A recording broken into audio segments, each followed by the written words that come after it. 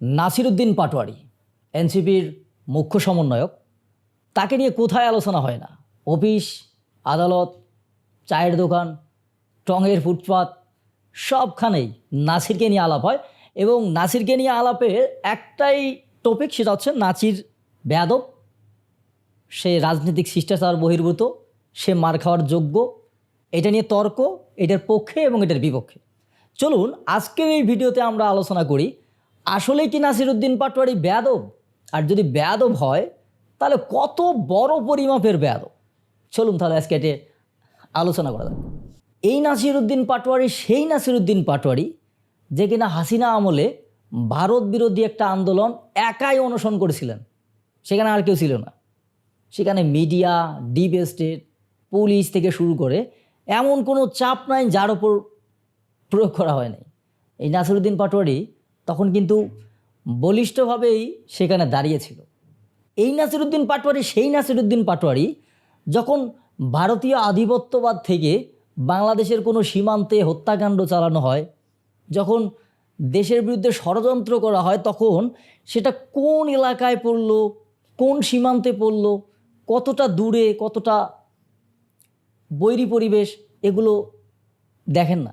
সেখানে ছুটে যান, সেখানকার মানুষের সঙ্গে কথা বলেন এবং তাদের চোখে চোখ রেখে প্রতিবাদ জারি রাখেন।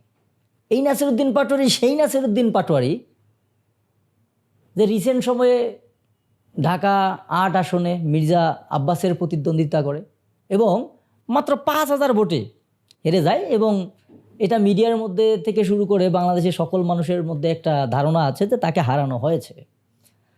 যাই হোক, এই ছিল নাসিরউদ্দিন পাটোয়ারির ব্যাকগ্রাউন্ড। আর কোটা সংস্কার আন্দোলন থেকে শুরু করে ২৪-এর গণ অভ্যুত্থানের জুলাই আন্দোলন, সবখানে নাসিরউদ্দিন পাটোয়ারি নেতৃত্বের পর্যায়ে ছিল। এখন আসেন, নাসিরউদ্দিন পাটোয়ারি আসলে বেয়াদব কীরকম মানের বেয়াদব? নাসিরউদ্দিন পাটোয়ারির বিরুদ্ধে বিএনপি অথবা তাদের অঙ্গ সংগঠন, তাদের বুদ্ধিজীবী মহল, তাদের টক শো অ্যাক্টিভিস্ট, তো তাদের মেইন কথা হচ্ছে নাসিরউদ্দিন পাটোয়ারি শিষ্টাচার বহির্ভূত কথাবার্তা বলে, যেটা রাজনীতিতে গ্রহণযোগ্য না। এখন নাসিরউদ্দিন পাটোয়ারি কি বলে?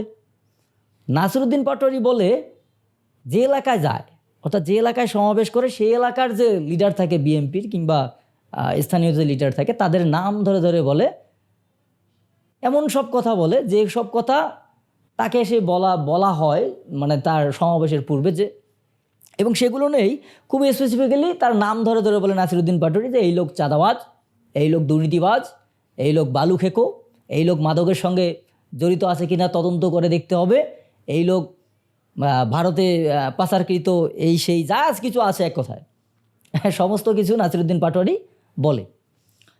এবং এখানে তার বেয়াদবির একটা মাত্রা রয়েছে, যে মাত্রাটা ছাড়িয়ে যায়, সেটা হচ্ছে নাম ধরে ধরে চাঁদাবাজকে চাঁদাবাজ বলতেছে, দুর্নীতিবাজকে দুর্নীতিবাজ বলতেছে, মাদক ব্যবসায়ীকে, মাদক চোরা কারবারকারীকে সরাসরি নাম ধরে বলতেছে। এটাই তার বেয়াদবি। কারণ বাংলাদেশের ইতিহাসে কিংবা এই উপমহাদেশের ইতিহাসে এখন পর্যন্ত একজন ব্যক্তি পয়দা হয় নাই যে কিনা সরাসরি ক্ষমতার চোখে চোখ রেখে তার বিরুদ্ধে কথা বলবে এবং তার মাটিতে দাঁড়িয়ে তার ভুলগুলোকে দেখিয়ে দেবে। এই নাসিরউদ্দিন পাটোয়ারি এই কারণেই বেয়াদব। কারণ সরাসরি নাসিরউদ্দিন পাটোয়ারি সেই সমস্ত লিডারকেই ইন্ডোর্স করে কথা বলে, যাদের বিপক্ষে কথা বলতে গেলে বা যাদের বিপক্ষে একটা স্টেটমেন্ট দিতে গেলে শতবর্ষিয়ান যে রাজনীতিবিদগুলো রয়েছে তাদের প্যান্ট ভিজে দেওয়ার মতো অবস্থা হয়ে যাবে। নাসিরউদ্দিন পাটোয়ারি এটা পারতেছে কেন? কারণ এখন পর্যন্ত নাসিরউদ্দিন পাটোয়ারি তো কোনো দুর্নীতির সঙ্গে জড়িত হয় নাই। যদি দুর্নীতির সঙ্গে জড়িত হতো, আপনি নিশ্চিত থাকেন এখন পর্যন্ত এটা প্রতিষ্ঠিত হয়ে যেত এবং এটা একবারে মিডিয়া থেকে শুরু করে সবখানে এটা প্রচার করা হতো যে এই নাসিরউদ্দিন পাটোয়ারি এই কেলেঙ্কারি করছে। তো এখন যেহেতু নাসিরউদ্দিন পাটোয়ারি এখন পর্যন্ত কোনো দুর্নীতির সঙ্গে জড়িত হয় নাই, তার নামে কোনো নারী কেলেঙ্কারির ঘটনা নাই, তার নামে কোনো অর্থ আত্মসাৎ এটার কোনো নাই, যার নামে কোনো মানুষের সঙ্গে করা, মানে যেমন এভরিথিং, যে কোনো অপরাধ নাসিরউদ্দিন পাটোয়ারি এখন পর্যন্ত সংগঠিত করে নাই। তো এই কারণে নাসিরউদ্দিন পাটোয়ারি বলতে পারছে, এই কারণে হাসনাত আবদুল্লাহ এটা বলতে পারছে। এখন বিএনপির যারা অ্যাক্টিভিস্ট রয়েছে তারা বলতেছে যে, অর্থাৎ এনসিপিকে বলতেছে যে আপনারা নাসিরউদ্দিন পাটোয়ারি এবং হাসনাত সাজিদকে ছাড়া সমাবেশ করুন, আমরা আপনাদেরকে সহযোগিতা করব। মানে কি রে ভাই? এখন এদেরকে ছাড়া সমাবেশ করবে কেন? আর মানে বিএনপির এখানে সহযোগিতা করার তো কিছু নাই। আপনারা শুধু এতটুকু নিশ্চয়তা দেন যে তারা যদি আপনাদের গায়ে হাত না দেয় তাহলে আপনারা তাদেরকে মারধর করবেন না, যেটা অলরেডি নাসিরুদ্দিন পাটোয়ারির ওপর গতকালকে একটা মানে সরাসরি হামলা হয়ে যায়। এবং নাসিরুদ্দিন পাটোয়ারি কিন্তু একটা হুমকিও দিয়েছে যে তারেক রহমানকে সরাসরি মানে বলে দিয়েছে যে এটা আমি পার্সোনালি নিলাম, এই রক্তের প্রতিশোধ আমি নেব। তো নাসিরুদ্দিন পাটোয়ারি এই কথা বলে দিয়েছেন অলরেডি। এখন দেখা যাক তারেক রহমান ভার্সেস নাসিরুদ্দিন পাটোয়ারি, কে কার গোমর ফাঁস করে নাকি কে কার কী করে। তো এটা আমরা দেখব আগামী অদূর ভবিষ্যতে। এবং অলরেডি নাসিরুদ্দিন পাটোয়ারিকে যে মানে মানে ব্যাপারটা হচ্ছে কীরকম, ধরেন একজন মানুষকে বেয়াদব হিসেবে মানে প্রতিষ্ঠিত করে তার উপর হামলা করা, এটাকে জাস্টিফাই করার একটা পায়তারা চলতেছে। কারণ একজন মানুষ যখন আপনাকে মুখে বলে আমি আপনার বিরুদ্ধে অভিযোগ করলাম, এখন আপনার এই অভিযোগটা যদি মিথ্যা হয় তো আপনি আমার বিরুদ্ধে মানহানির মামলা করেন, আমাকে মামলা দেন, আমাকে জেলে পাঠান, এটা একটা অপশন।